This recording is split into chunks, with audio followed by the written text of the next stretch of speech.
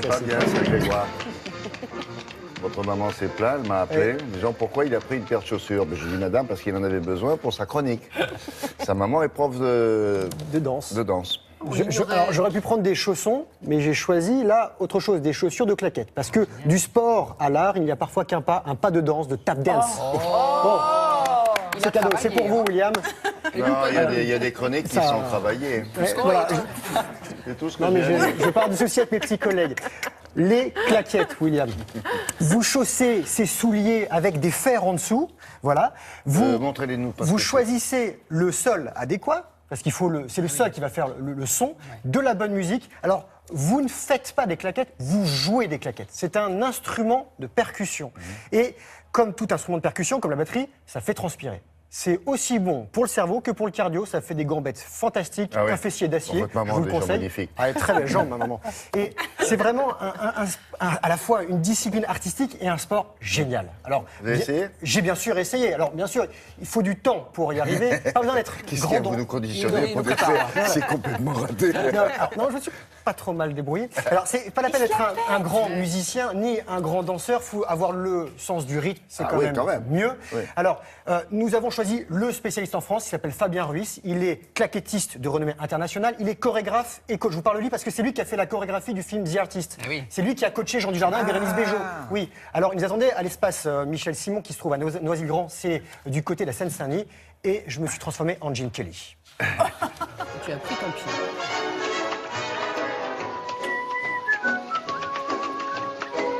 Je monte sur scène dans 2 heures. Je fais un petit cours, ça va claquer.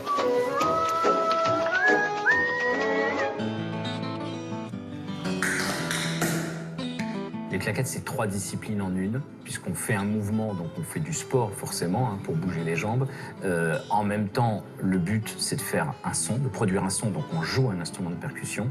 Et la 3e chose qu'on va rajouter, c'est l'aspect danse pour être le plus esthétique possible. Le pas de base, le premier pas qu'on apprend, c'est un brush, to brush. On brosse, on balaye le sol, c'est très décontracté. Voilà, le fer qui est devant, qui va frapper le sol. Et après, on pose en faisant un step. On essaye en musique ? On essaye. Pour faire des claquettes, on utilise des petits fers qui sont en aluminium et qui se fixent sous la semelle de la chaussure à partir du moment où la semelle est en cuir. Ensuite, on combine 2 brushes ensemble, ça s'appelle un shuffle. Shuffle, t'as 2 syllabes, tu vas avoir 2 sons. Shuffle. Shuffle.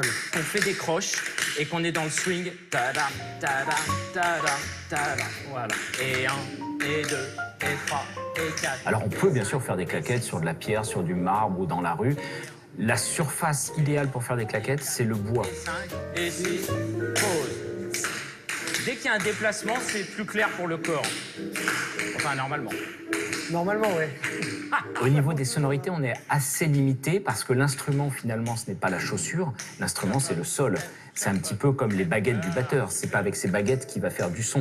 C'est ce sur quoi il tape qui va avoir des sonorités différentes. Donc, les seules variétés de sons qu'on peut faire, c'est en jouant sur le poids du corps. Il y a une douzaine de ce qu'on appelle des pas de base, les différentes façons de poser les fers sur le sol. Et après, ce sont des combinaisons. On va rajouter un toe. C'est comme un step, c'est vertical. Voilà. Shuffle, toe, step. Shuffle, toe, step. Tranquille. En fait, on peut dire qu'il y a 2 tendances dans les claquettes qui portent un nom d'ailleurs. Il y a ce qu'on appelle aux États-Unis le Broadway tap, où on va faire des claquettes très visuelles avec les bras, pour Broadway ou pour Hollywood. Et puis il y a le rhythm tap, qui correspond plus à l'histoire du jazz, donc à la musique noire américaine, où là on fait des claquettes rythmiques.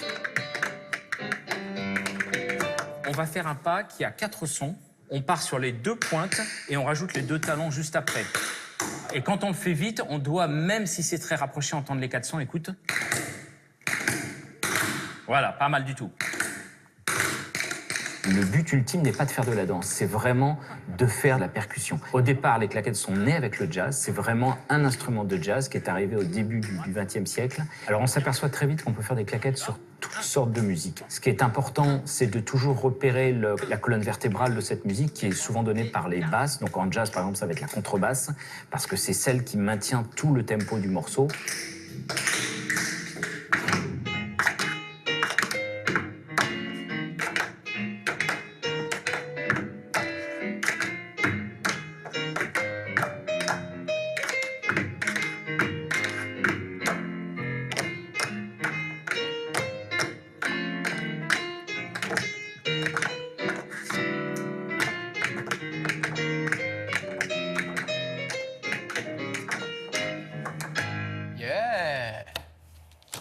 Bravo. Pas du tout.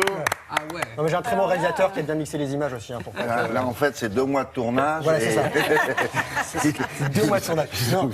Et une synchronisation Fabien Ruiz derrière. se produit partout en France et dans le monde. Il fait des stages. Faut faire de claquettes. C'est vraiment. C'est On, très on oublie amusant. qu'on fait une activité physique. De C'est les claquettes. vraiment super ludique, super sympa. J'ai pris mon pied, vraiment. C'est le C'est festival. cher de prendre un cours ou pas? Non, ça va dépendre du prof, du temps que vous Ouais. passez. Non, c'est pas si cher que ça. Bon. Non, non. Renseignez-vous sur notre site internet, il y a tout ce qu'il faut. Merci beaucoup, Grégoire. Vous embrassez votre maman. On va